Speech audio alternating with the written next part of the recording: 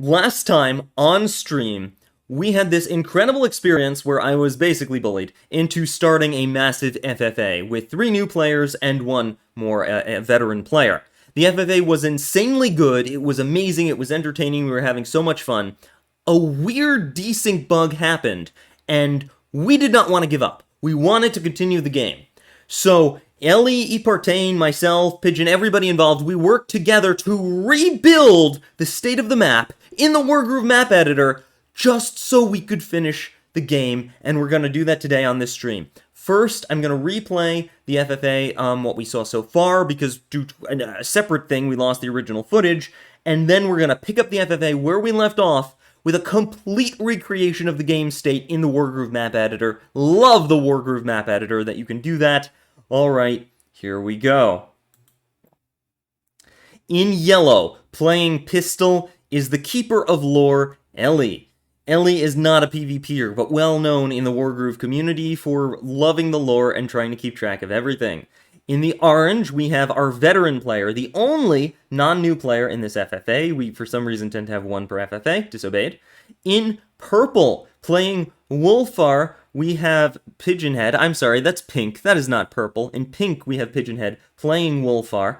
Pigeonhead is another new player who recently started on the new player PvP streams. And in purple, we have another new player, Epartain. Epartain also started on the new player PvP streams, but they've been here from the beginning. They've gotten so good that Epartain is now one of the better players in PvP despite being new. Highly recommend the new player PvP streams, just saying. For a limited time only. I'm not sure how much longer I'm going to do them for, but I'll keep doing them for a while. Alright, so Ellie is playing Pistol, a really fun commander that can devastate large clumps of army units. Epartain is playing Lytra. Lytra is an interesting pick for an FFA, because Lytra's area of effect is kind of small. You know, Lytra can only affect a few units around her. Meanwhile, Disobeyed is playing Sedge. Sedge is, like Pistol, a really good pick for FFAs. Sedge can just delete entire armies, but once they get their groove, they can get resets on kills and then move again. Really powerful. And Pigeonhead is playing Wolfar, who can assassinate you from across the map. Really, really fun. So lots of really fun commanders for FFAs. Lytra is a little bit of a weird pick, but that's alright. Alright, so Ellie is healing up their commander, right? Healing up their commander, building a lot of flamingos. I don't know why they're building so many flamingos. I'm going to pretend I haven't seen this already. And then just, oh my goodness. And then we see a harpy coming out from Epartain. So everyone's got a different build. But Disobeyed has already freed up their barracks. You see, you have to destroy the gates to get access to your second barracks. Disobeyed is the first one to free up their barracks, and they're immediately attacking Epartain's villages. They're attacking Purple's villages right away. So aggressive. Alright, Wolfar is also healing. Maybe getting ready, you know, to try to take on some of Yellow's villages, but they haven't accessed their second barracks yet. They haven't broken down that gate yet. Alright, we see Ellie using flamingos to capture villages, now we see what they were building them for, and just trying to knock down these gates, and then we see them use their commander to finish off the gate, getting access to their second barracks so they can build more stuff. Ellie is attacking all of the nearby gates, building up a lot of groove charge that way. Very smart from Ellie. Meanwhile, Epartain is just using their harpy to take down the gate. I love how everyone is doing this differently, and we will watch the end of this match in live time, by the way. If you're having trouble keeping up with the high speed, the end of this match will be in live time. Alright, Disobeyed attacks again. They keep attacking Purple's villages. They knock down another gate, building lots of groove charge, build a knight, very aggressive. They're building pikes on the defensive side. It looks like Disobeyed wants to fight Yellow and Purple at the same time. Disobeyed is just going crazy with the aggression. Meanwhile, Pigeonhead has still not been able to... Okay, finally, they knock down that gate and get access to their second barracks. They bring in a harpy, they bring in a mage, they bring in a lot of units, they bring in a knight, knock down a gate, get some groove, and try to move towards the center of the map. Meanwhile, Ellie is moving their flamingo army to the center. Ellie has knocked down more gates than anyone else and has built a first rifle. That's going to be really good against all those swords and pikes that Disobeyed has been building and sort of marching towards Ellie. Ellie has destroyed like every gate in their path, and really interesting builds with the rifles. Epartain immediately destroys that knight. Epartain is choosing to ignore Orange's kind of assault on their north village. They're just sort of building up stuff there, but they're sent their commander to attack Pink's knight. So they're just defending against Orange. They're not attacking Orange, just defending against Orange. And Orange is like, all right, great, I'm going to steal all your villages. Disobeyed, and Orange is just moving in and taking all of Purple's villages, bringing all of their units to bear against Purple and sort of backing off Yellow a little bit, because Ellie, who's Yellow, has a rifle, and they just don't want to fight that. All right, Pink is finally working on that second gate. They're bringing in some units to come defend their knight. And Pigeon Head is just like, all right, I think I'm going to have an alliance with Yellow, right? So Pink and Yellow are in this alliance now. And they agreed not to attack each other so that they could, deal with the situation. No one is really attacking Yellow right now. Even Orange is backing off Yellow because of the rifles. And this is allowing Ellie to just push in. Ellie's built a second archer and has a rifle. Ellie built a thief. Ellie just has so many weird units and double flamingos, but no one's attacking Yellow. Meanwhile, Epartain destroys the knight from Orange that killed one of their villages, is carefully moving in a bunch of units, knocks down another one of villages that Orange stole, and is bringing their commander to the center. Their commander's still not going to fight Orange. They're just slowly building a very brilliant defensive position against Pink. Everybody is fighting Epartain right now. Epartain is squished. Epartain's getting attacked by Orange, getting attacked by Pink. Purple is just sandwiched between Orange and Pink. Everyone's coming at them. Sword crit from Sedge. Attack from Sedge. Orange is going so deep and being so aggressive, insisting on taking Purple's villages, but most of their army is trying to hold off Yellow in the top over there. Meanwhile, Pink... All right, we're frozen for a second. Bear with me. Sorry, the internet's not as good at this location. Meanwhile, Pink is rushing forward with their army, just trying to get a position on Purple. But Purple has such a brilliant formation. They're just shutting Pink down. There's not a lot Pink can do. They're trying their best, but it's not so easy. And Purple's doing an amazing job of just holding them off with just a few units. Alright, meanwhile, Yellow has started using their rifle to attack. They're starting to get their thief in a position to steal. They're attacking even more gates, getting even more groove. Ellie has an insane amount of groove charge. If we take a look at this real quick, let me see if I can sneak a peek at it. No, it won't let me. When I can, I'll show you. Ellie has so much groove right now on pistol. But Epartain, despite being attacked viciously by Orange, has been systematically destroying Orange's invading force without their commander. Purple's commander has just been over there fighting Pink. Without their commander, they've been able to destroy Orange's forces, take out Orange's villages, reclaim territory. Purple is fighting everybody at the same time and winning, which is just amazing. Epartain has gotten so good since they joined New Player PvP. I don't even know if I can call them a new player anymore. They're just awesome. Disobeyed has built double rifle to try to contend with Yellow's incredible army, surrounded by pikes. So many pikes. Disobeyed just has a full pike army and is going fully on the defensive. They sort of lost their battle with Purple, if you can see the state of the map here. Purple was able to push them off with just a few army units. Really well played. Meanwhile, Pigeon Head is going in hard with the Flamingos and the Harpies and the Knight and shoots a rifle at Lytra. It doesn't do that much damage, but still, they're keeping their alliance with Yellow, and they're just doing their best to try to attack Purple, but they're having trouble pushing forward.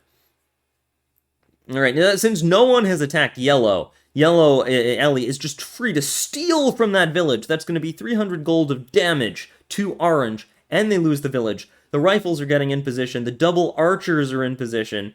We see Pistol standing on a mountain getting ready to nuke that huge formation of pikes, and that's one of the scary things about Pistol. You cannot put a pike blob anywhere near Pistol. It is so intimidating. Meanwhile, Purple has been fighting everybody. They don't have that much, but they're still doing pretty well in the economy. They've won a lot of fights. They have groove. They're finishing off this village that Orange took from them and taking it back. And Purple is just securing their territory, being very passive, not wanting to, start any more fights.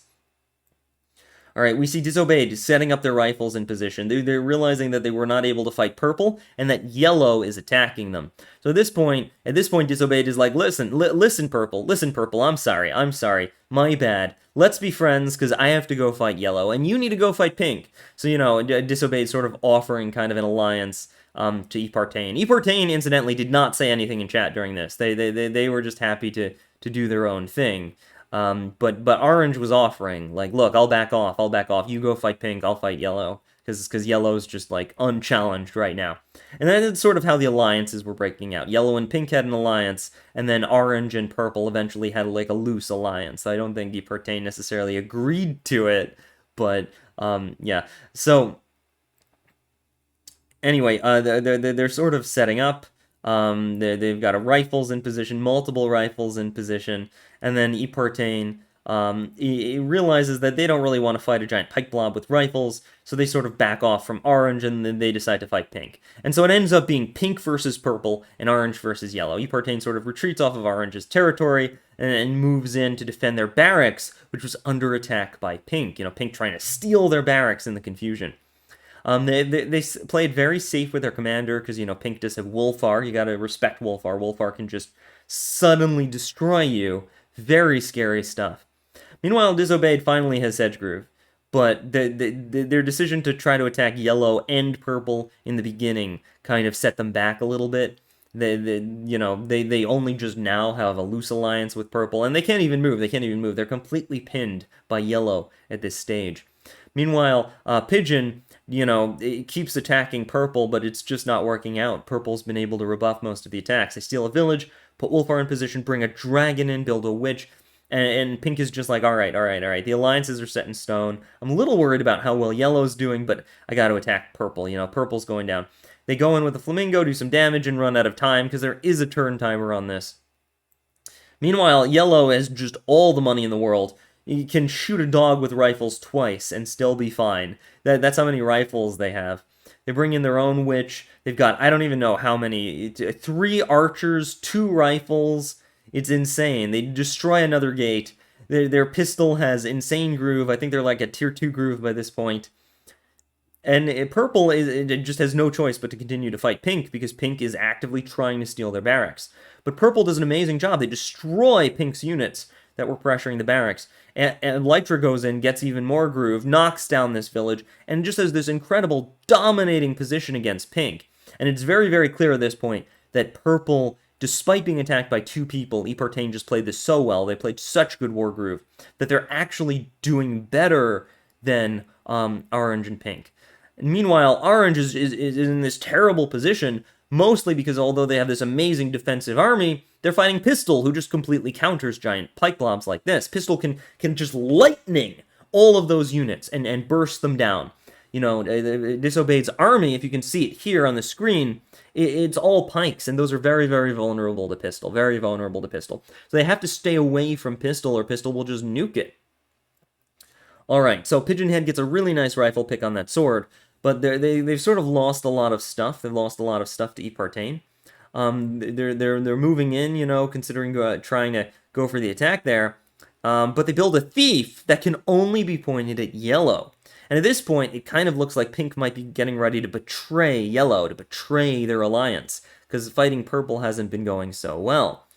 And Yellow gets an amazing rifle pick, on that soldier. They're moving in their army closer and closer. The Doomsday Clock is ticking. They deposit gold from a thief's steal. The Doomsday Clock is ticking for Disobeyed.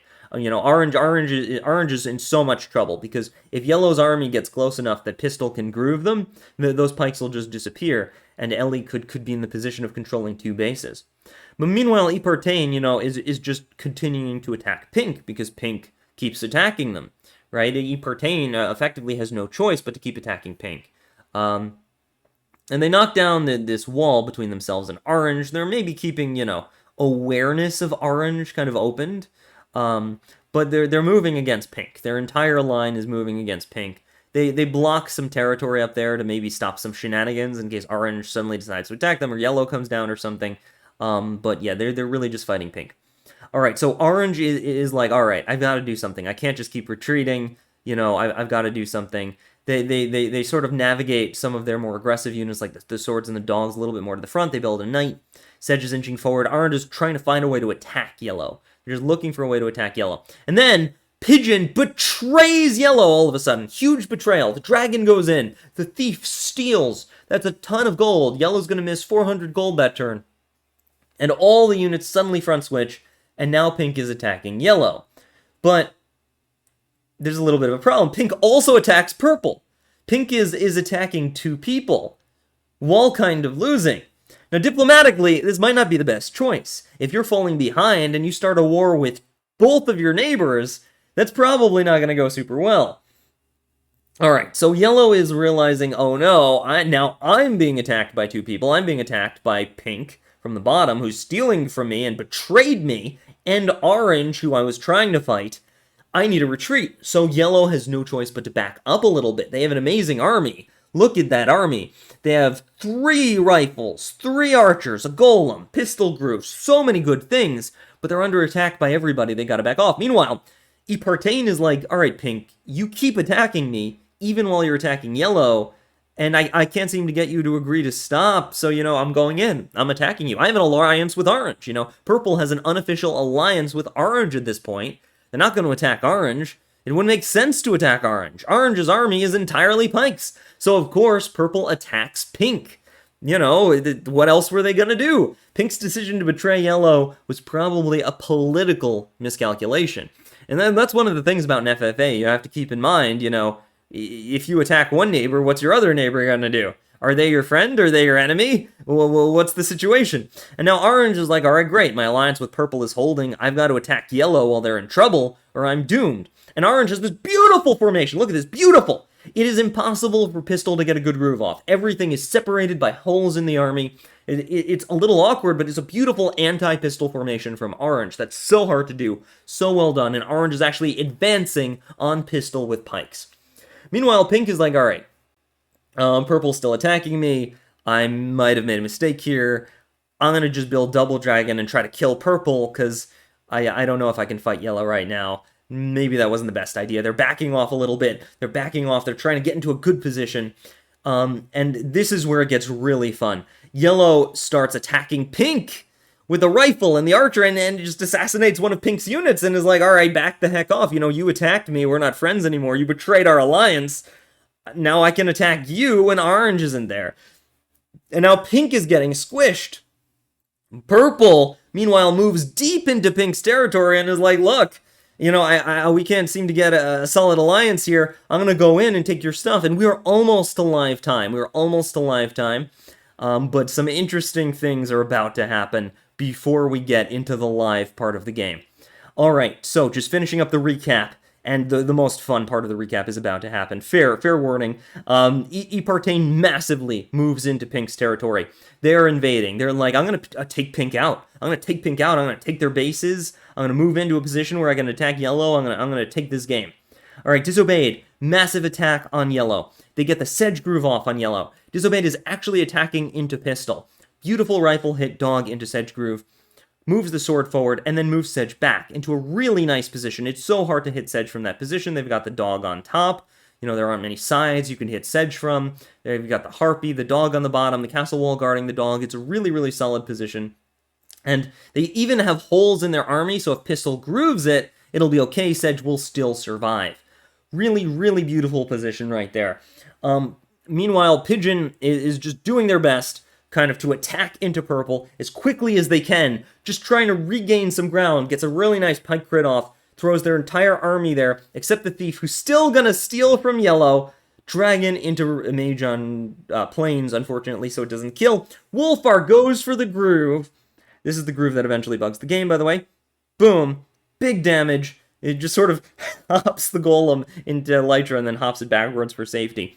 Dog goes into zone the thief. Rifle hit, triple rifle on Sedge. Archer hit, pistol hit, witch, hex. Archer attacks the dog, rifle finishes the dog, and a sword goes in for the kill on Sedge. Pistol did not even use groove. That was an insane lethal by Ellie. A brilliant lethal. They didn't even use pistol groove, so they still have it. A wonderful find, a brilliant lethal, finishing with a sword that was so cool. And now, Epartain realizes, alright, Disobeyed, the pro player, just got taken out. I gotta do something or yellow's gonna win the game.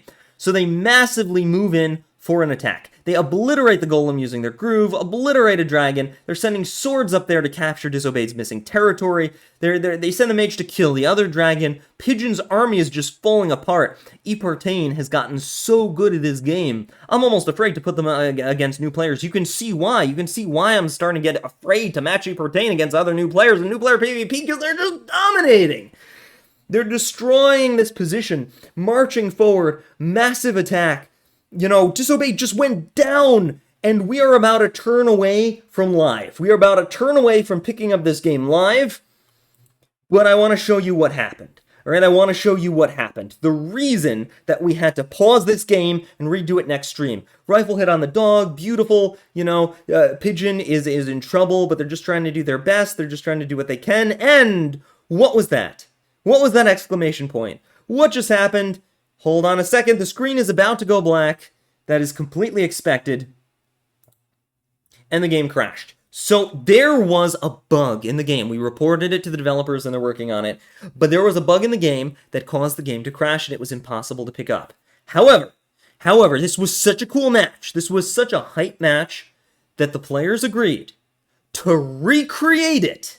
To recreate the game state as an entirely different map in the Wargroove map editor so that we could pick it up next stream. It has been 3 weeks, I think, since I've been able to stream due to stuff happening in my personal life. Now, we can finally do it. We can finally finish the match. What we've agreed to do, because Pigeon's position was effectively lost, is I'm going to play the part of Pigeon, but I'm just going to, because Pigeon's position is going to collapse in a turn. Ellie and Epartain will resume their roles. I have been instructed to buy certain units, that is what Pigeon would have bought, to make the gold equal, and we've basically done a bunch of complicated, creative, and time-consuming things to make sure we could recreate the game exactly the way it was, in a way that's completely fair with the same gold values, the same groove values, everything. We put so much effort into making sure, major credit to Ellie, by the way, who did most of the work on this. Ellie literally recreated the game state. I'm going to show you this. Actually, I've got to go into my DMs and grab this from downloads so that I can download this game.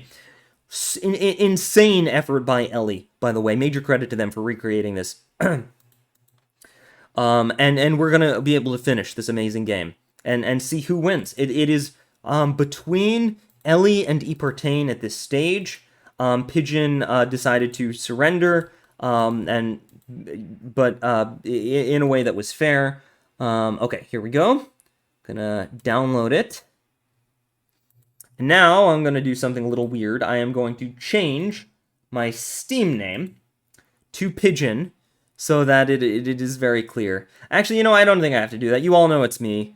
I'll keep it me, but I'm just gonna play as Pigeon would, because we already agreed how that's gonna work. I think that's fine. Okay. So I'm gonna host the game on that map I just downloaded. All right, Ellie, Epartain, are you two ready for this? Are you two ready to pick up where we left off? Where is this game? I did just click download. Here we go. Okay. They've asked for a 5-minute turn timer, so they can take this seriously, because this is a giant map for 2 people. All right. We're going to set a 5-minute timer. All right. So, Ellie, let me know.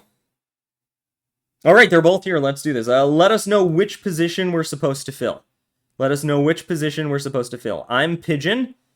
I will be playing the part of Pigeon, who did not want to reprise their role because their position was lost and they wanted to respectfully surrender. And Pigeon was very cool, by the way, in going back into the game and taking screenshots to help us recreate the game state. Pigeon was awesome, by the way. They had perfectly reasonable to want to surrender.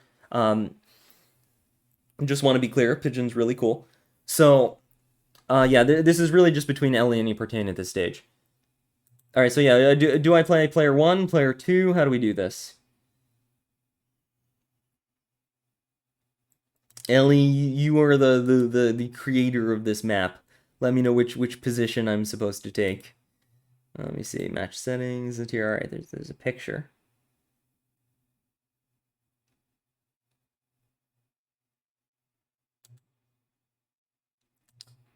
Let's see, player 1. All right, I will pick player 1. Ha! Locked to Wolfar. I like that. Same color, pink, to avoid confusion. Make sure everyone you pick the same color. All right. Ellie, make sure to pick yellow. Epartain, make sure to pick purple. Same color.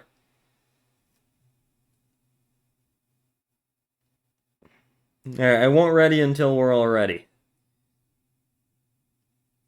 What I'm going to do is I am just going to play as Pigeon instructed me they would have. But really, I'm just surrendering after a turn, basically. I'm just going to throw my army at Epartain with just the most direct way possible, in an imitation of how Pigeon told me to play, with what they said they would do. All right, it looks like we're ready. Here we go. Okay, so we've recreated. Look at this, look at this. This is an entirely different map. Every single village, unit, and health bar was recreated by Ellie and Pigeon. With Pigeon taking the screenshots. Ellie did a lot of the work on this.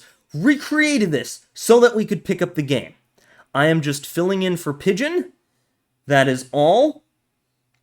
First buy is, and I have specific instructions on what Pigeon did that turn before everything happened. I need to steal from this village.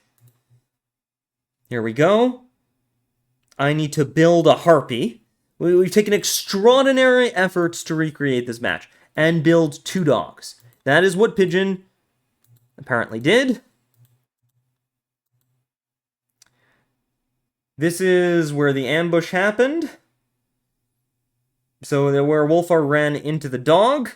You named the dog Ambush Bug. I love that. Oh, that's so cool. Ellie literally named the dog Ambush Bug. That's amazing. All right, now I end my Ellie. Do I end my turn here?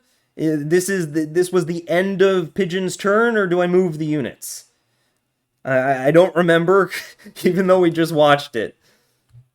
Literally a bug. You're right. The bug is literally a bug. Oh, that's so cool. Great call out, Liberty. That's it. All right. This is where Pigeon was meant to end their turn, so I'm ending my turn. Okay. From here on out, it's a serious game between Ellie and Epartain. On Pigeon's turns, I will only attack whatever is directly in front of Pigeon's units. That is it. I will not do anything else. I am not playing in this game. I am just filling in for Pigeon as Pigeon told me they would have played. So, back into the narration.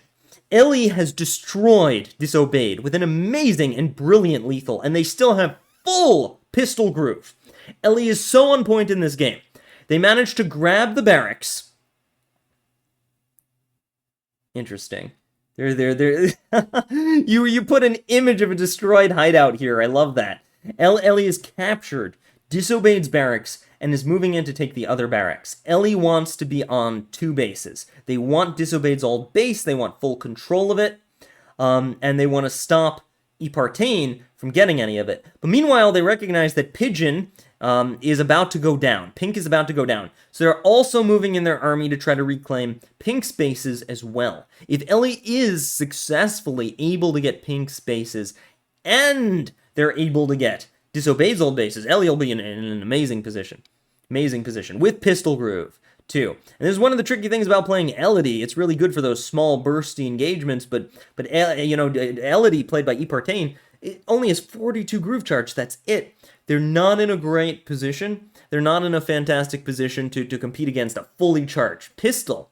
Luckily, this is such a big map, it'll be pretty easy to space the units out. Look how spaced the units are already. So pistol won't be able to hit everything. You know, the map itself is a form of pistol defense. Alright, so Ellie is carefully placing their units. Ooh, nice! Night Strike into one of Epartain's villages, already doing some massive damage. If we take a look at the economy here, Ellie is up a significant amount of economy and unit count. They are slightly, only slightly, but slightly ahead of Disobeyed. And with another barracks under their control, Ellie is looking really good. And look at this, we've got triple rifles bearing down the center of the map. any unit like a pike or a mage or another rifle that gets in their range without any protection can just get destroyed. Quadruple rifles. There's like this double rifle corridor here. And I think the reason there's so many rifles is Ellie wants to try to cut off all these capturing units from these bases. What's interesting is most of Ellie's forces are actually pushing into Pigeon's territory, not Epartain's or Disobeyed. The reason is that Ellie already has a barracks here. Ellie can reinforce this position naturally, while Epartain has to dedicate one barracks here and one barracks here. Epartain can't dedicate more than one barracks to this fight until and unless they capture this. So this is really, really smart by Ellie, what they're doing, because they're pressuring Epartain's lack of barracks. They're taking advantage of what they have. They're setting massive range units on the enemy. And they want to do this quick because, you know, a bunch of rifles would fall apart to a bunch of cheap dogs. You know, Ellie wants to convert their advantage while they can. Well, a balloon build is interesting. It looks like Ellie is planning on building something and just shooting it down the map as quickly as possible. You know, Ellie could have built like, yeah, Ellie didn't have could have spent all that gold on a knight and set it running down, but Ellie wanted a pike, and a pike can capture. So maybe Ellie is trying to, you know, balloon more capturing units in here to grab the barracks or something like that. Maybe grab the hideout, or maybe just deal with this knight. Yeah, because there's not a lot of anti-knight here outside the golems. So it's an interesting build. Normally you'd see people build a knight there, but Ellie went for balloon pike. And the balloon can also just keep dropping units on this front. So Ellie might be preparing for like a long-term siege of this position. You know, really smart tactic stuff there. All right, now Epartain likely is trying to figure out if they can kill Pigeon. This is for all intents and purposes Pigeon. So Epartain is trying to see if they can take out Pigeon, if they even want to take out Pigeon. Because if they take out Pigeon this turn, you know, it frees up the barracks. So they're thinking, all right, should I go for it? You know, it looks like they might be. We see a big mage shield come out. Dog moves out of the way. This looks like the setup for a lethal on Pigeon if it can be done. I'm not even sure if it can be done. But if it can be done... Ooh, Archer hit. Yep, they're going for it. Epartain is going for the kill. They're looking to take out Pigeon right now. Nice. We see the mage go down. Sword go down. Wolfar is looking really vulnerable right now. Harpy gets a crit. Ellie gets an attack. And Wolfar is at 26, goes down to the knight, and Pigeon is defeated. With Pigeon falling, I really like that I didn't have to take any more moves as Pigeon. It keeps the game completely fair. With Pigeon defeated, it is just down between Epartain and Ellie at this point. And now Epartain has got to run. They've got to run and grab barracks as quickly as possible. It's clear Epartain will be able to control this barracks. Their mage is right there. There's not a lot that can stop it. I don't think there's anything that can stop it. Epartain is going to get this barracks. Ellie has this barracks.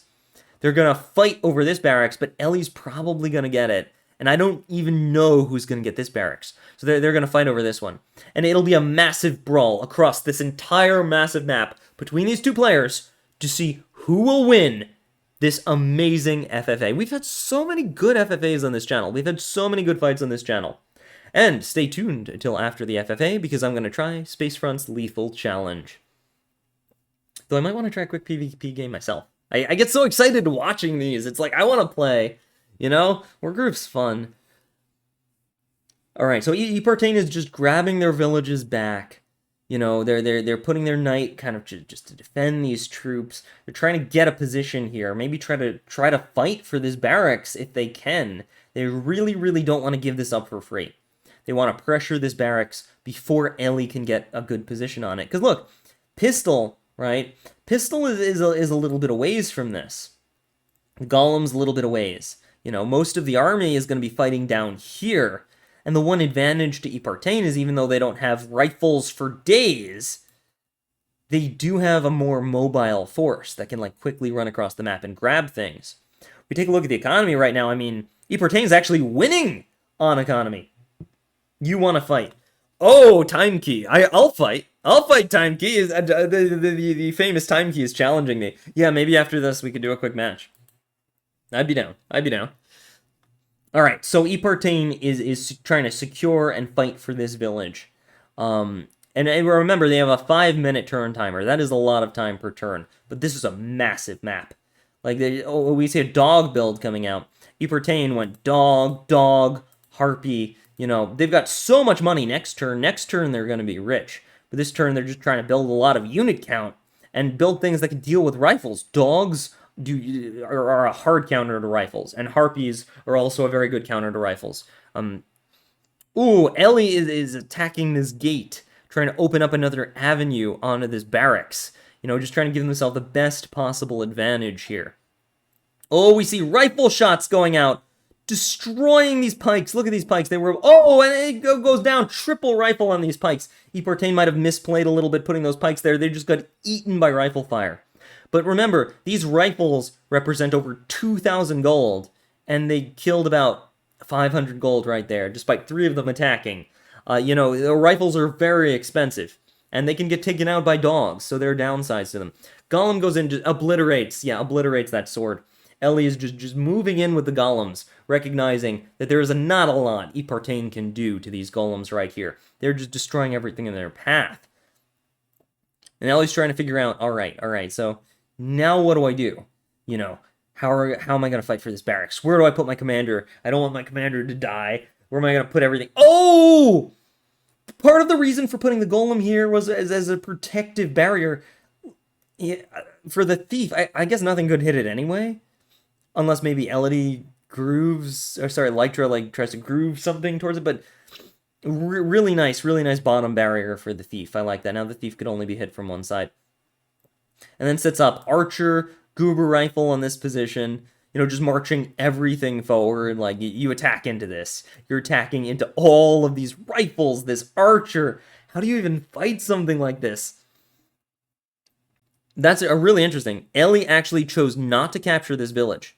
Ellie chose not to capture this village so that the mage would instead be in range for this barracks. Because if Ellie had captured the village, like from here, then the mage might not be in range. Although this mage is just going to be in range from that cap, because it can go around the forest. But I like that. It shows that Ellie is dedicating to trying to capture as many things as possible. They'd rather move their mage forward and get another unit to capture, rather than going for like an easy grab here or an easy move. Ellie's really being strategic here. Gotta walk the dog? No problem, 𝐃𝐃𝐃. You walk those beetle doggos. Ambush bug is still alive. You walk your ambush bug, 𝐃𝐃𝐃. That's going to be a synonym from dog from now on, and no one will know what we're talking about. Did you walk the ambush bug today? Alright. What's interesting is Ellie still has not tried to capture anything over here. They've been sort of planning out their tactical stuff first. You know, and they're not overextending, they're not doing anything overeager. They're being very careful, very deliberate, very strategic. They got their knight into a very aggressive position. They're just trying to zone everything out. Grabs another village. We take a look at the economy right now. Ellie has pulled far ahead of Epartain, even stolen from them, using their thief. So Ellie is just dominating the economy, the position. Ellie's doing really well. And you have to remember that a lot of Ellie's success right now came from their success earlier in the game. They built a very early alliance with Pigeon. They responded to the betrayal very well. They pressured Disobeyed very well. They killed Disobeyed, right? Amazing lethal, and Disobeyed is a veteran player. That's not an easy lethal to go for, you know. Disobeyed's not going to walk into an obvious trap. So really smart lethal. Yeah, Ellie has played this very well. And Epartain has also played very well. They were fighting 2 people early on. They made an alliance. They took out Pigeon. They've captured some territory. Both of these players played an amazing FFA game. Alright, Ellie has finally decided to capture, and they managed to capture every single freaking building on this side, further skyrocketing their economy into the moon, giving them a huge unit count advantage, and grabbing this barracks. It is not going to be easy. I don't know if it's even possible to knock down this barracks, meaning Ellie will get to build from it, which means Ellie has 3 barracks to build from this turn, 4 to build from next turn. You gotta remember, though, having 4 barracks can get a little weird, because there comes a point where you can't build big, powerful units anymore because you want to build out of all your barracks, so you end up missing builds so you can build those bigger units like golems and dragons and things. But Ellie is maybe planning for that. They're building a bunch of cheap stuff. We got sword, we got dog. They're running on time, even with the long timer. You know, this is a giant map for 2 people. This is an FFA map. It's not designed for a 1v1. And for that reason, there's a little bit of time pressure. Which goes in, 8 seconds left. Is Ellie going to be able to finish their turn in time? Looking at you, barracks. Here we go. You know, Ellie might just not build from that barracks. Yeah. The barracks was skipped, but honestly, that might be okay, because this barracks is so far away from the action. Maybe Ellie didn't even want to build out of it, you know? Maybe Ellie would rather save the gold for something else. Now, Epartain is in a tough spot, you know? They can't, they're facing down massive rifle fire, and look at the spacing on these rifles. Look at the spacing. Outside of these 2 that are just stacked on top of each other, this one is creating territory, so the rifles overlap here. So if you stand here, you'll be hit by 2 rifles. If you stand by here or here, you'll get crit by 1 of the rifles. So they're spaced out to get the maximum coverage. It's like, this is like a proper army right here, you know? How do you fight this? You kind of can't. You have to run away from it. The only way to fight this is with a horde of dogs, and Epartain just doesn't have enough dogs. There's just like 2 over here, including Ambush Bug. Alright, Epartain is going in. They choose to grab the village rather than the tower. It looks like they're going to be building air units here. They don't need another tower. They need more economy to try to get enough money to just fight Ellie. Now, Epartain is very good. Epartain has gotten very good at this game for new player PvP. They're a little bit of a disadvantage, but they have 3 barracks, which is kind of all you need. Like I said, you can't really build from 4 barracks. In fact, Ellie was only able to build from 2 barracks. Ellie couldn't even build from 3. So at this point, having so many barracks could start to be a disadvantage. So the Epartain has enough barracks to keep fighting. Now they just have to try to find a way to push and win. They have to try to find a way to defend or attack, you know. They can't just let Ellie keep picking them off with rifles from now until the end of time. Epartain is positioning their mage, you know, worried a little bit about that witch. Maybe trying to set up a counter kill on the witch with this. We've got like a bunch of dogs, flamingos, but what are they going to do to the golem? Flamingos, weirdly enough, are not a bad unit to attack golems with. But if Epartain does that, they'll go further down on unit count. You know, they'll have less and less things to fight with. So it's so hard to fight golems in this kind of position. It's very, very difficult. And I think Ellie made a very wise decision putting the golems on this side of the map. The reason is, if you take a look over here, the commander went this way. The commander is the best way to fight golems, you know? The commander is the absolute best unit to use against golems. And so by putting the golems over here, you're sort of denying Epartain the ability to use Wargroove on the golems, to hit the golems with commander. Ooh, we see Rifle Archer coming out from Epartain. And Dog. They're preparing for Rifle Wars. They're like, alright, you want Rifle Wars, Ellie? I'll give you Rifle Wars. I built a rifle, I built an archer, I'm gonna mass dogs and send them at your rifles. Let's do this. Meanwhile, they're just trying to move everything over as much as they can. But they're at a severe unit count disadvantage, a pretty big economy disadvantage. Epartain is playing from behind. We've seen them win from much more difficult positions. This is by no means over. This is by no means even close to over. But Ellie does have a very impressive position. And what's going to determine the game, what's going to determine who wins or loses, are the tactics that Epartain uses to try to make up for the advantage. There are several things that they can do to win the game. I'm not going to talk about them because I don't think that would be fair because the players can hear me. But there are several things Epartain can do to try to turn this game around. And we will see if they can successfully outmaneuver Ellie in this game. The first problem is just all these rifles, and it looks like Epartain is trying to get their units out of range of these rifles. You see here how Ambush Bug, I love that, how this bug unit is protecting this soldier here. The reason for the positioning is that the dog will actually tank the rifle hit and prevent it from hitting the much squishier soldier. and that'll completely protect it. So very good positioning there from Epartain. Very nice. Alright, so Epartain is thinking on what to do.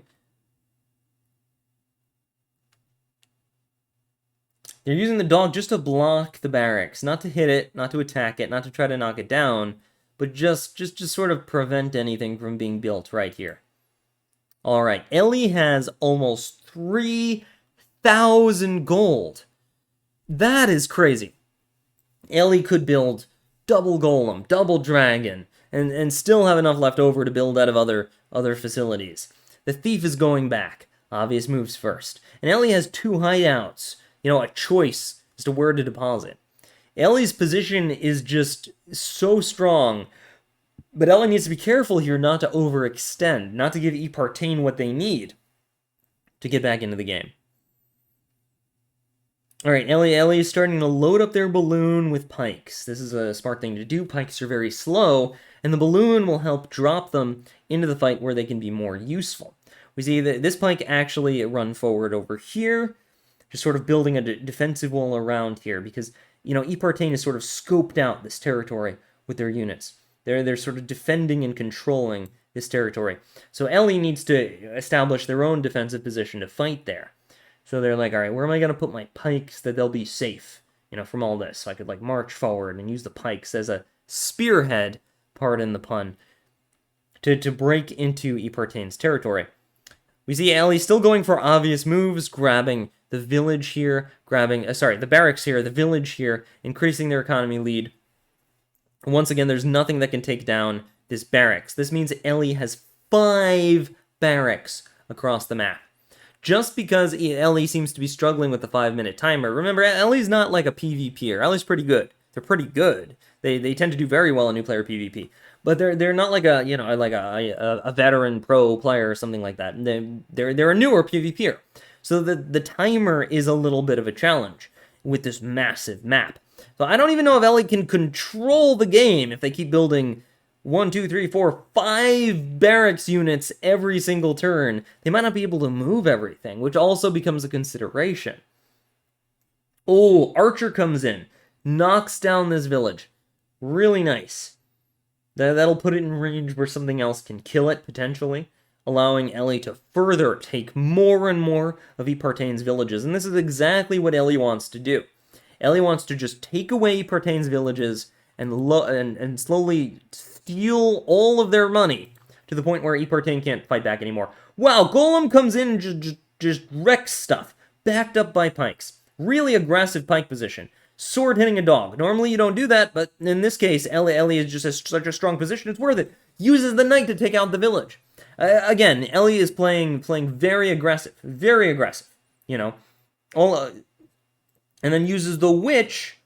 Oh, that's so cool! Look at this. Look at this. The mage cannot get to the witch. If it were me, I would have run the witch into the harpy, but then my witch would have died. But what Ellie did was so smart. Recognizing that the harpy was going to hit the knight, because it was only protected on this side by Golem Pike. They put the witch in front, recognizing that the mage has actually blocked itself from being able to get to that tile, because the mountains and the forest are in the way. So this witch is basically invincible, which protects the knight, which protects the pikes behind it, and seals up this entire formation, making it basically unattackable. Even this flamingo can't get purchase on the knight. Such a pro position by Ellie. That was so tactical. That was so well done. Because if Ellie hadn't done this, if Ellie had just put the knight over here and the witch sacked into the harpy, the witch would have died, the flamingo would have hit the knight, there would be some counterplay. But now there's nothing. Now there's nothing Epartain can do. This is a beautiful formation. It just seals up. Just seals up the army. Fully defended and chained to pikes. This is like in chess, if you put your pawn forward and then defend that with a knight and then defend that with another knight and defend the whole thing with your queen. It's like, this is just a perfect position. Oh, wow, that was really well done. But Ellie is running on the clock. They built a golem here, but they still have enough money to build goodness knows how many units, and they only have 40 seconds left. Ellie is having a little trouble with the timer. But that was a beautiful position, even though it took a little time to make. The knight backs off a little bit, respecting kind of this harpy. The harpy can still hit it. The harpy can still hit it. But, you know, it's on a forest tile, so it'll take it a little better. All right, we see knight come in. 13 seconds left. Is Ellie going to be able to build out of those remaining barracks? Harpy comes in. 8 seconds left. Is Ellie going to build? Is Ellie going to build? Ellie might just not build. All right, one more dog. Ellie decides to build one more dog and skips that barracks. So yeah, Ellie has more barracks than they can realistically build from, even with the 5-minute turn timer. Because remember, these are new players. They're amazingly good new players, but they are newer PvP players, and one of the last things you learn is speed, you know, is playing fast. So even with a 5-minute turn timer, I think even I would have trouble with this massive map. Epartain immediately moves the mage, grabbing this village. They are worried about Ellie slowly stealing away their economy. As Epartain grabs more villages, Ellie has been stealing Epartain's villages and pushing forward. But this means that pretty soon, the two are going to have to fight. Really nice rifle shot on that mage. And then using the dog to kind of cover to protect this rifle from this rifle. If you can see, there's this sly shot right there. Right? Epartain doesn't want that. So they're protecting their rifle from the enemy rifle. And then if this golem moves out... Oh, nice find! That's why you build dogs. The dog was able to sneakily... An ambush bug! Oh, Epartain used ambush bug. Look at that, look at that. 90% of an archer down. Even if you lose that dog, it's totally worth it, because this archer was a 500 gold unit. 500 gold, just obliterated by 150 gold. Really nice attack. That was I love how its ambush bug is still alive. All right, well, we see more dogs setting up around this rifle. The reason is that if Ellie somehow knocked down this village, the golem would be able to walk through it and kill the rifle. Epartain is preventing that from happening by putting the dogs here, because you can't walk through a village if another unit's there. Really smart positioning, really tactical positioning by Epartain. Epartain is reclaiming this village, using the harpy to just kind of hit the golem. And the idea here is that in order to kill the harpy with the witch, the golem would have to move out of the way first, which means the golem doesn't get to walk through. So it's kind of just like a little bit of annoying positioning by Epartain to try to take this position a little bit. That being said, they really don't have the resources here to fight against Ellie's army. Because Ellie's army is triple pikes, right? Triple pikes. The archer can deal with that. But a golem, there's nothing here to fight the golem. Not really. The harpy is going to die for, you know, its part in fighting the golem. You could hit it with a flamingo, you know, but the flamingo is going to die. So there's not really enough of the right units here to fight this. And I'm worried that Epartain is, you know, doing their best to try to figure it out, but this might not be a solvable puzzle. This might be a puzzle with no solution. Because I don't think you can break this formation with pistol and a golem incoming on it. You need to bring in a dragon or your own golem. You need something to fight a golem. Or more units. You just need more units than your enemy. You know, a golem's very expensive. You have to counter it in some way. I like the archer. I think the archer is really good. But Epartain just doesn't have enough of the right units to deal with this. Dogs don't fight great into pikes in closed terrain like this. You know, they can fight okay into pikes in more open terrain, but not like this. The archer is going to be really good. The flamingos are going to be really good. The mages can kill this witch and then maybe hit a pike and then die. I mean, you need just more army, really. You need more army to fight this. You need a rifle to fight this, really. Now, Epartain is positioning here, and the battle lines are kind of drawn, because Ellie grabbed this Rax, Ellie grabbed this Rax. So the battle lines are kind of around Ellie's Raxes, with Ellie pushing forward and Epartain building up a defense. The idea is that if Ellie can keep pushing forward, Epartain will lose, because Ellie will steal all of their villages, all of their money, and win the game. But if Ellie pushes forward and Epartain is able to counterattack and kill the units, Epartain can come back, so retake territory, and then start pushing on Ellie. So it all depends on how these fights break out. It all depends on how these fights break out, what units get built, and what tactics each player is using. Lots of mages. We see triple mage from Epartain. The problem is those mages were built to fight Pigeon, who is spamming dragons. But Ellie has almost no air on this side of the map. Just a bunch of dogs. So these mages are going to be next to useless in this position. Now, Epartain knows this. They're building different units. They're building, like, you know, they got a knight, they got swords, they got an archer. But it's not going to be easy to fight this. It's just there's not a lot you can do. All right. Epartain's backing up. They're trying to figure out what to build with 14 seconds left. They have enough money for a golem. They have enough money for 2 knights. They decided to go for, it looks like, knight, flamingo, sword. All right. Ellie is dominating. Ellie's dominating, and this is the turn. This is the turn where we see how aggressive Ellie wants to be. Whoa! The answer is very. Oh, wow! Really smart. The golem went around here to kill the dog so that that rifle we were talking about before could take the shot on this rifle. Perfect. Perfect. I didn't even see that. That was awesome.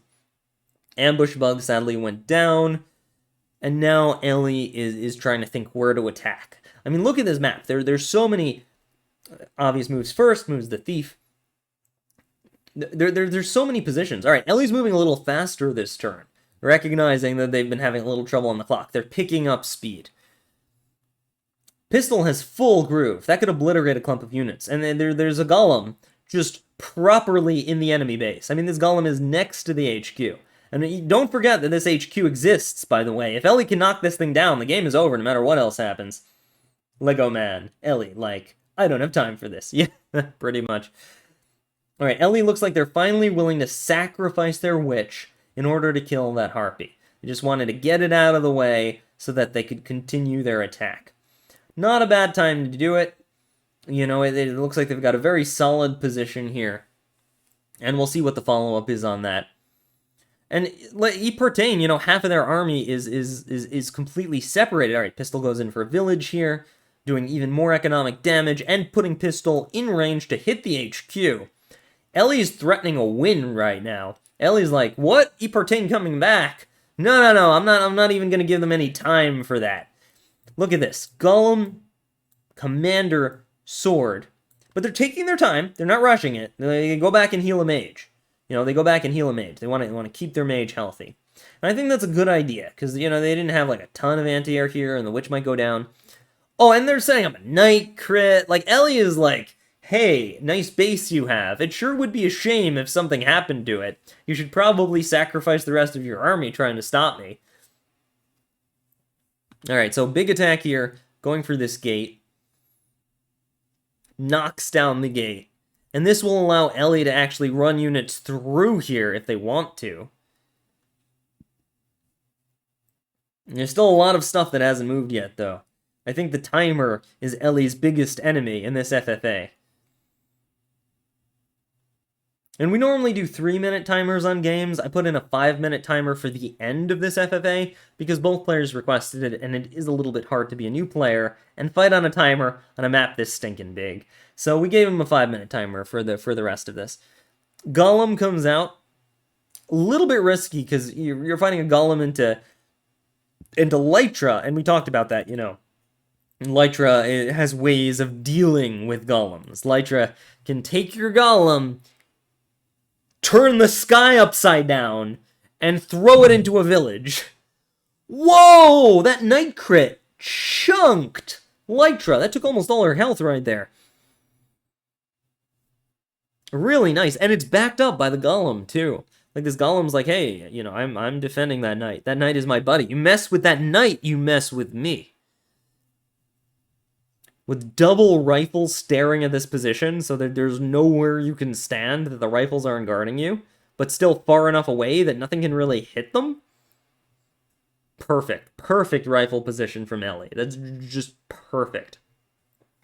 They might be sacrificing the knight here, but Ellie's pushing for a win. So distracting this army and preventing them from rejoining the defense is actually really smart strategy. Even if Ellie loses a full knight here, they can afford it. If it wins them the game, great. Alright, there were some shenanigans. I wasn't going to say this until Ellie took their turn to avoid, being unfair. There were some shenanigans where you could theoretically protect the witch, but Ellie's not going for any of that. They don't have time to figure that out. They're just knocking out units with the golem, pushing forward. We see Ellie is continuing this rifle spacing, which I like a lot, where the rifles are one square away from each other. So you're either in the range of 2 rifles or a rifle crit. It's like this firing squad strategy. We're going to probably credit Ellie with this going forward. I don't know. I might. Alright, and then we just builds a pike here. So Ellie is building actually very slow units despite being on the attack. But it makes sense because they're very close to the enemy territory. The pike has a balloon that can shoot it onto the front lines. It's very hard to deal with pikes. Epartain is already having trouble with Ellie's army. Alright, and the balloon goes back to pick up this pike. So Ellie is just throwing pikes at Epartain's HQ. And then they're just staring at it. They're just staring at it like, what do I do? Alright, 18 seconds left, and Ellie is retreating the rest of their units. They realize that they despite the amazing rifle position, Epartain actually does have a significant amount of army here. They want to kind of be careful fighting it. Another thing this knight does is because it weakens Lytra and kind of blocks the square here, it makes it more awkward if Epartain wanted to try to advance in this barracks. It makes it a little bit awkward, and it gives Ellie a lot of time to reinforce the position. Ooh, beautiful, beautiful attacks. Beautiful archer, and then I think there was a knight crit on this golem, putting it at 45% health. That way, it cannot get its crit condition. 45%, there's one awkward golem. It can smack things, but not that hard. It's basically a half-power golem. But if you did 5% more damage to it, it would be at full power again, by its crit position. And also a good thing this knight does is protecting the stronghold. See, both of these units not only attack the golem, but they protect the side of the stronghold to try to keep it safe. Epartain is keeping their stronghold from being overly attacked. Very, very good strategy right there. This is a tough defense. I wouldn't want to be in the position to try to defend this. This is very, very challenging. A very challenging defense. The rifle goes back and heals, preparing to try to obliterate anything that gets in front. And I like keeping the rifle safe, because that'll be a very useful tool against these pikes. Yeah. And Time Key is pointing at... Ooh! Flamingo crit on the golem! Double flamingo crit! And the golem goes down! Oh, that was nice. That was so sweet. That was so sweet. Did you see that? Using the flamingo that the golem was just happened to be standing next to. It was a trap. The other flamingo went in. Double flamingo crit. The flamingos barely took damage from that, and the golem went down. Flamingos counter golems? Apparently. I don't know if that works all of the time, but that was a nice setup. That was really nice. Alright, Epartain has still got some time. They've still got some time. By damaging this golem, damaging this sword, and kind of setting up defense here with some ranged units, they made it very, very difficult for Ellie to attack the stronghold. And one of the reasons is, remember, Ellie built a bunch of pikes. One of the weaknesses of pikes is they're not fast, right? So they're just not in range of all this stuff. It let the pikes, despite being very good units, since Ellie didn't have a lot else here, Epartain was just kind of able to put all their stuff here. Also, if you take a look, Epartain is trying to kind of position their units with holes to try to counter the potential pistol groove, right? There are all these holes in the army. The reason for that is so that pistol can't groove the whole thing. It's very, very hard to do this, to build an army position with holes in it. Alright, with Archer, Crit, and Mage, Epartain was able to take out the Knight. But in doing so, healing their dudes and healing the rifles, Epartain barely has any money left. So, the Knight did its job. Epartain has no real way to continue an attack now. That Lytra had to waste their turn healing. The Archer had to waste its turn critting, so now it's not moving forward. And, that is a thing, So, I'm not going to say it out loud, but that's a thing. So, yeah, the knight did its job. It was a worthy 600 gold sacrifice, because it did like 250 gold worth of damage to Lytra right there. So it made up about half its value right there. And then just froze this position. And now Epartain's trying to scramble back to the defense anyway. Yeah, Pistol has full groove. Pistol has tier 2 groove. Like, Ellie has had groove all game. They've never had to use it yet. And Epartain just spamming swords just to try to keep their unit count up, because their unit count is plummeting. It's practically 20 unit count down, you know? We gotta include villages in there, but even so, it's a pretty big difference. It's a pretty big difference. At the end of your turn, you don't want to be that far down. And Epartain's actually backing off a little bit, because what can they do? Right? What can they do against that? Their dogs are over here. Ellie did an amazing job of putting the units where Epartain's counters are not. Golem counter here, put golem here. Rifle counters over here, put rifles here. Ellie really did a good job of that. Like, wherever your units are that I don't like, because they counter my stuff, I'll put my stuff on the other side of the map. Alright, so Ellie's marching forward, just trying to get some attacks in. We're starting to see the weaknesses of pikes a little bit, because they're a little slower, they can only go so far forward, but they're still doing damage. And Ellie is not in a particular hurry to win the game. If they had, closed it out, it would have been great, but ooh, the knight just goes in on the stronghold crit there. I wonder about that. Because is there follow-up? Whoa, double archer used to hit the harpy. Yeah, because there's no anti-air near that harpy. But you could just hit it with archers, and now the harpies, wow, that was well done. That was well done. You gotta remember, archers can hit air units. They can. And if you have 2 of them, they can even threaten off a harpy. That stronghold is looking pretty weak, but you gotta remember, these things regenerate. These things regenerate pretty hardcore. Alright, the golem just takes out a weak unit, clears some space. And what this golem has also done is connect the rifle to this village. Sort of connected. I wonder if that was on purpose. I wonder if Ellie's gonna groove. We might see it happen. We might see it happen. Yup, here it is. Here's the tier 2 chain lightning pistol groove. Oh no! Everything was chained! Everything was chained! I don't know if Ellie intended that. They hit a lot of their own units.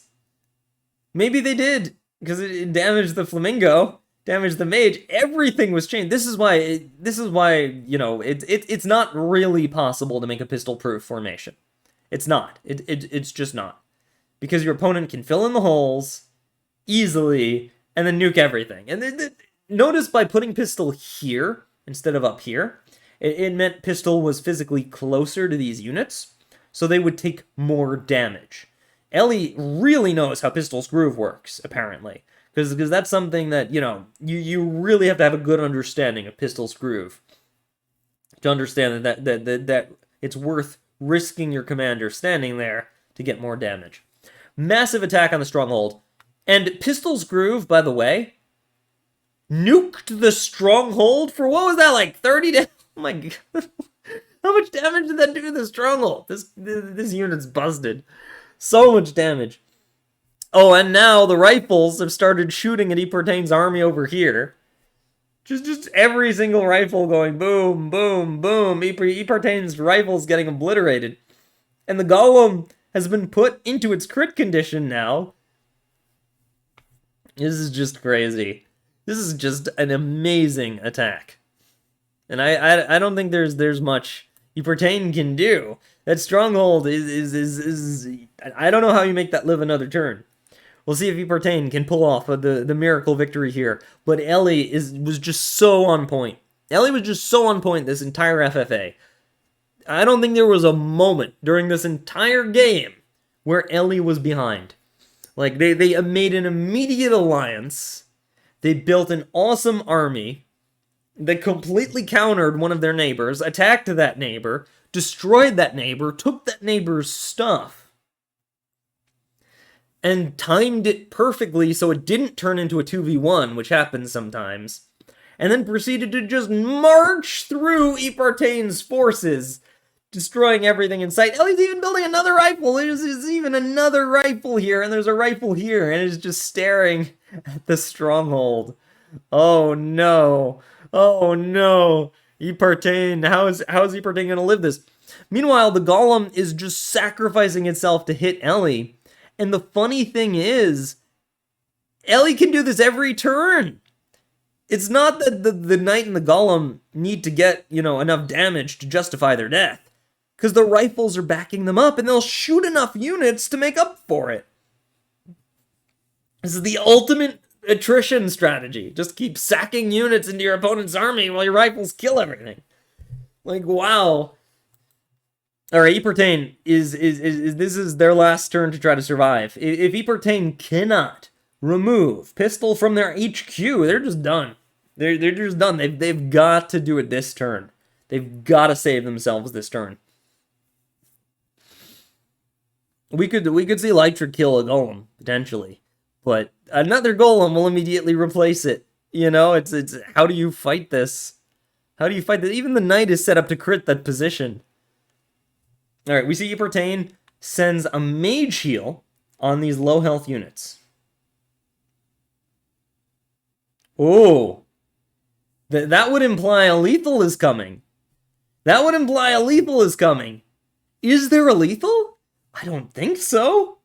Pistol is at full health. That was the main risk of putting Pistol here. If Pistol dies, you lose the game, Grooving from here would have been a little safer. But I don't know. I don't know. Is there lethal here? Is there lethal on the table? Epartain's looking at it. They're clearly looking at it. This is the only reason for that heal. I don't see one. Like, I'm thinking. But I don't really see one. I'm not sure. The thing is, this golem, despite being at 10% and on a beach, is surprisingly tanky. It's surprisingly hard to remove. And this knight doesn't have crit. Yeah, I don't think there's a lethal here. But Epartain's going to try to find one, because this is their best chance. This is their best chance. It would be so hype. It would be so hype if Epartain could pull it off. I don't know. I don't know. And they've got 4 sides. It's all, like, suicide units, for the most part. Alright, I'm not going to say this out loud, but I think the best tactic is... that,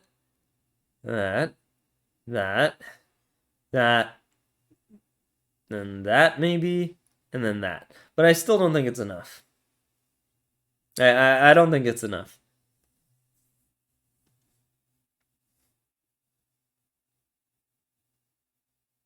In fact, if I did think it was enough, I wouldn't be narrating it, because that wouldn't be fair.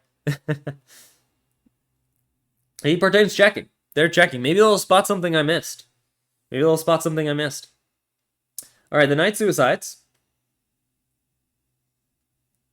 Which is not the first thing I would have done, but I don't think it makes a difference. Alright, so Pistol is at 92%. So that Alright, Archer goes in. Does 1 damage. Exactly, 1 damage.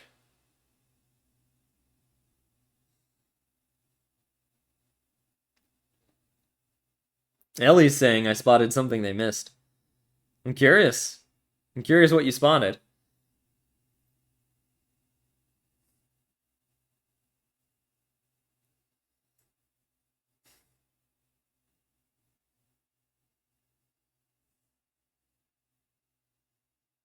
Epartain's thinking. They're thinking. Yeah, this is not the order I would have done this in.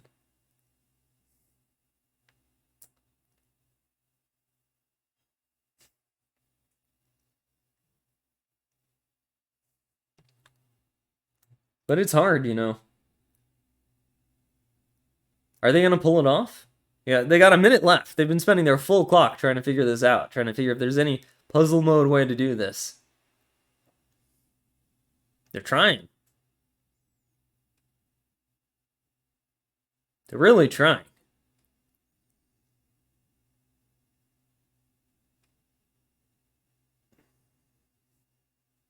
Oh yeah, I guess you can do that. Oh, the other mage heal? Yeah. But there are some problems. Should have done both before fatal attempt. I think the order was a little off. Oh no! Epartain doesn't see. Epartain doesn't see that. Yeah. Yeah, that's unfortunate. Oh, now they do, but yeah. Yeah, it's not enough. It was a good attempt. It was a good attempt. I wonder if there was lethal here. I wonder if there was lethal here. If you did everything in the right order. That and then this comes in. Ah, didn't have time. It wouldn't have been enough anyway.